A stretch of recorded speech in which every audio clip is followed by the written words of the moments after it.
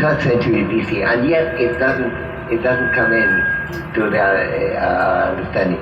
So despite the enormous inequalities which the book is largely about, right, it is possible to distract attention.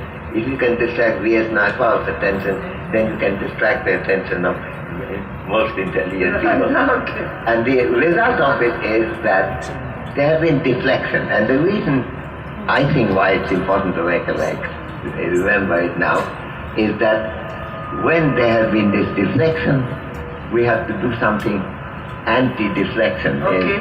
In my old student lecturing days was called this negation of negation. It's very important to think about negation of negation in this context. And I think I'm really delighted that you're all here. I recognize this is your pleasure. Effort, yeah. Effort.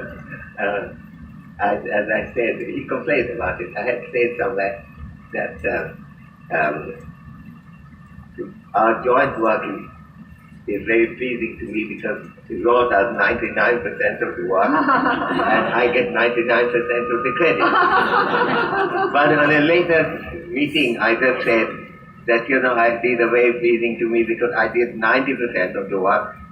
He does 90% of the work, I get 90% of the credit. And Ro complained later.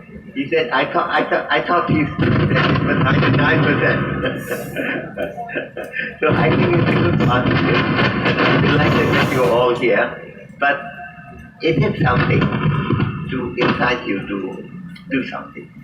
And particularly avoid doing those things which distract our attention from what needs to be done in India.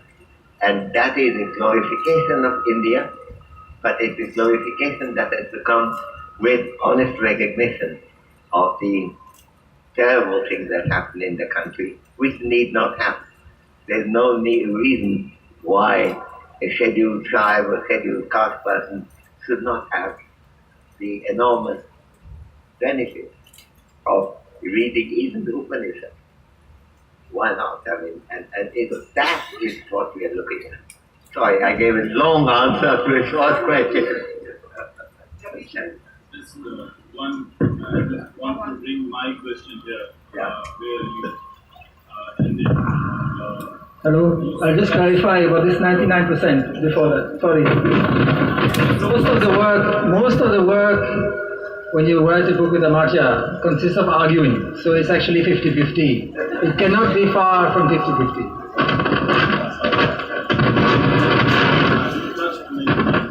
Mr. Sen, do you think that the idea of India needs to be revamped, redrafted, and expanded and take it to the broader linguistic Indian languages to the area, especially to accommodate those who think that their religious identity or concerns haven't been given a equal place in this idea? Because from the background I come from, we don't get such messages of assimilations and we know everything by our experiences of life. But all these idea of India and the debate of idea of India is very limited to the geographical area and one or two linguistic boundaries. I think that's a really interesting question. I can give some argument in the direction you're suggesting, but I can give an argument again. And let me give you again. You give both. Please give both. I think, okay, I mean, certainly the idea of India is to ask people today, in an electoral group, in reading newspapers, or abroad, something will emerge which needs to be modified in many ways. But the reason why one can argue against it also, that the need for modification is partly genuine and partly, to use Mr. Trump's favorite word, fake. the straightness is that this is not the way India had been seen in the past, and this has come from different parts of the society, and cutting across religious lines, cutting across regional barriers.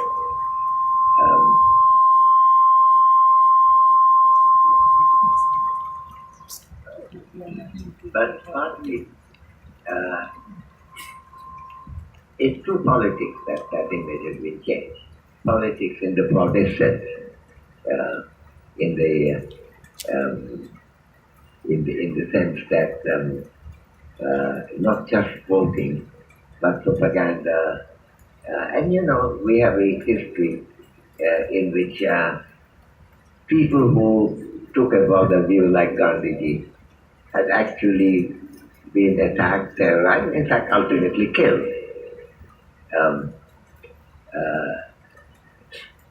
Rabindranath has been come under sharp criticism in his many different. There we can say that is not the idea of India that we can find if we look at it from a perspective that's receptive. The reason why there's some truth in it is because somehow we have papered over the basic inequality of caste and tribal, non-tribal things. I think more so than the Hindu-Muslim question. Part of the reason, of course, is that there have been rich Muslims as well as rich Hindus, and so since class is a very dominant factor in voice, it has not lost its attention. People who of course did most, like Kabir and Dadu, and they didn't come from this class, and so they had to fight. But also there were others who took, very wide, very broad views. When British Empire was being established, and Siraj-Dowlah was being killed, and Clive was marching towards Plassey to have the decisive battle. He writing a letter to Siraj saying, I don't mean any evil. I want to have good relations with you. And he, by the way, he is marching his army. So he's lying. But he's telling Siraj, why don't you ask your friends whom you trust most, what do they think? They will agree with me. And he names there 9 people, 6 of whom are Hindus and 3 are Muslims. This is the Muslim king, the last Muslim king of Bengal. So, there has been that broad understanding. And we have to stand for it. And we shouldn't deny that even Siraj-Dowlah was as concerned perhaps with the untouchables as he could have been. So you're right, but there's a sense in which you're also wrong. We are standing up for an idea that's very old in India. We're also standing up for an idea which has often been overlooked. I mean, the Hindu classics, my grandfather, Kritimon, said there's a number of books on that. If you look for it, you find enormous denunciation of caste. And yet, it continues in a very good way, in a big way.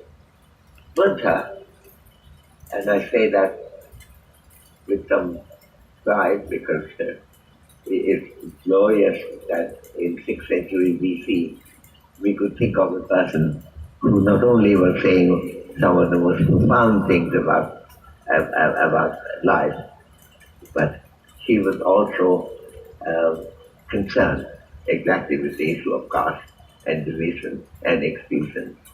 And this became a major battle. People often forget how many people died in the cause of trying to keep Buddhism alive in India. Rabindranath has a wonderful poem called Noti Puja about a woman who decides to sacrifice her life in order to pay homage to Buddha and not to the established kingdom religion. So,